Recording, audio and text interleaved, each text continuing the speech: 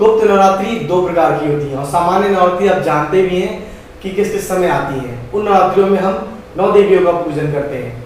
9 रात्रि यानी कि 9 रात किसके? देवियों के लिए। बात करते हैं अब आगे हम कि नवरात्रि क्या है और इसमें अंतर क्या है। गुप्त नवरात्रियों में शक्तियों के मिलन को ही हम नवरात्रि कहा जाता है। शक्ति यानी कि माता।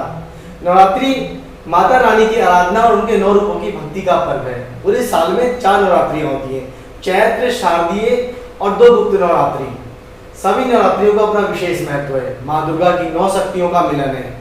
पूरे साल में होती हैं 2 प्रकट और 2 गुप्त नवरात्रि, जिसमें हम पूजा, जाप, उपवास इत्यादि हम करते हैं। गुप्त नवरात्रि माघ और आषाढ़ माह में होती है।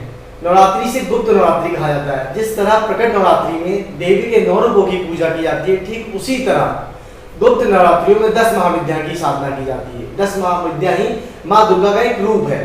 गुप्त नवरात्रि में साधक गुप्त सिद्धियां पाने के लिए विशेष साधना करता है और चमत्कारी शक्तियों को प्राप्त करता है। बहुत कठिन है, लेकिन अगर अभ्यास और ईश्वरीय कृपा हो जाए तो सब कुछ प्राप्त करना संभव हो जाता है। इस नवरात्रि में महाविद्या शब्द संस्कृत भाषा के महा तथा विद्या से बना है। महा अर्थात महान, विशाल, विराट विद्या अर्थात ज्ञान। इनकी उपासना और साधना से विशेष फल की प्राप्ति होती है। महाकाली तारा, तारा देवी, छिन्नमस्ता, षोडशी, भुवनेश्वरी, भैरवी, धूमावती, बगलामुखी, मातंगी, कमला। 10 महाविद्या में से 7 महाविद्या दतिया में अलग अलग स्थानों पर विराजमान है। महाविद्याओं के मंदिर दतिया शहर में व 7वीं महाविद्या का मंदिर बड़ौनी कस्बे में है। 10 महाविद्या अर्थात महाविद्या देवी होगी।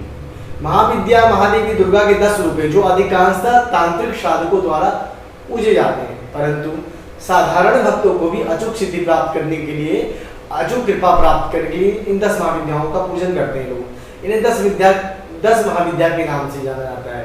ये 10 महाविद्याओं आदि शक्ति माता दुर्गा जगत जननी जगदम्बा की ही रूप मानी जाती है।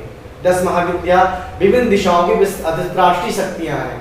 भगवती काली और तारा देवी उत्तर दिशा की, श्री विद्या षोडशी त्रिपुर सुंदरी ईशान दिशा की, देवी भुवनेश्वरी पश्चिम दिशा की, त्रिपुर भैरवी दक्षिण दिशा की, माता छिन्नमस्ता पूर्व दिशा की, भगवती धूमावती पूर्व दिशा की, माता बगलामुखी दक्षिण दिशा की, भगवती मातंगी वायव्य दिशा की तथा माता की कमल नेत्री दिशा की अधिष्ठात्री है।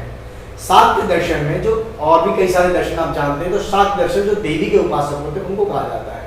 10 महाविद्याओं को भगवान विष्णु के 10 अवतारों के संबंध माना जाता है और यह व्याख्या करता है कि ये महाविद्याएं वे स्रोत है जो भगवान विष्णु के 10 अवतारों से ही उत्पन्न माने जाते हैं।